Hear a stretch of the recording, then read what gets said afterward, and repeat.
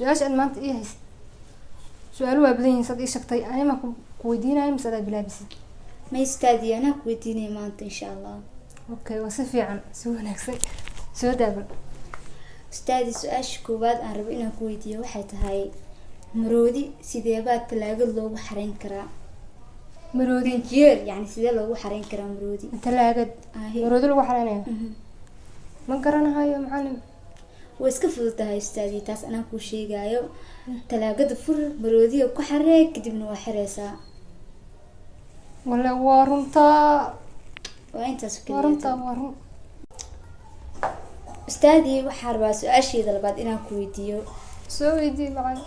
waxay tahay talaagadii sidee loogu xareyn karaa dameer? taas way fududahay. talaagada furaysaa dameerka ku xareynaysaa waa xiraysaa. waa qalad istaadi. qalad waa qalad. talaagada fur maroodiga kasoo bixi kadibna dameer geli ku xir.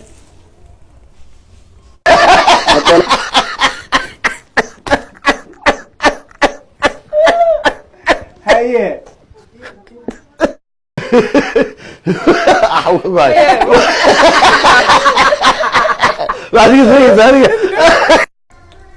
istaadi su-aalahayga weli way socdaan weli ma isa dhamaanin. haddana waxaa rabaa inaan ku weydiiyo su-aasheeda saddexaad. saqalay maanta war baad keenta macallin. ma anigii baa bedeli rabtaa oo booskayga geli kartaa maanta macallin baad noqotay. anigii baa booskaaga ku jira arday ah bal soo daabal.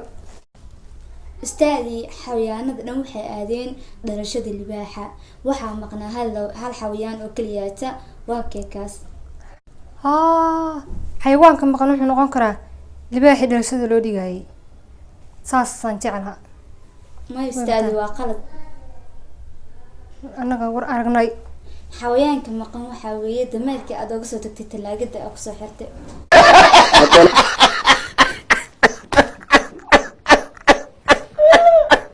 haye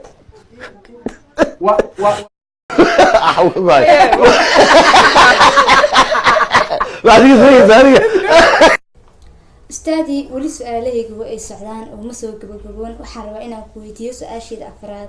diyaar ma u tahay? soo wad. istaadi su-aasheedan waxay tahay webi ayaa waxaa ka buuxa yaxaasyo. waxaa rabaa inaad goyso webigaas oo aad ka talaabsato dhinaca kale aad aado. sidee baad u mari lahayd webigaas? ma yaxaas webi ku jiro aan dhex mari lahaa. sideed u mari lahayd? su-aashaas waa su-aal laakiin mid haddaan wax doon aan ku mar aan haysan webigaas iskuma biimeyn waaba iska dhaafi lahaa maba mareenbo. haddaba istaadi su-aashaada waa qalad. yaxaasyada dhan maanta waxay ku maqnaayeen dhalashada libaaxa. webiga waa faaruq waad mari kartaa weliba dabaal baad ku mari kartaa adoo dabaalinaysid. macbuuda la khalqiyo markaala macalin sagal maanta ila meeraysa igu waday ilaan walaa dhidid baad iga kantisa ila meeraysa igu waday. bismillaahi aniga macalinkaaga xitaa maanta saas inoo jisay nagu kala wad.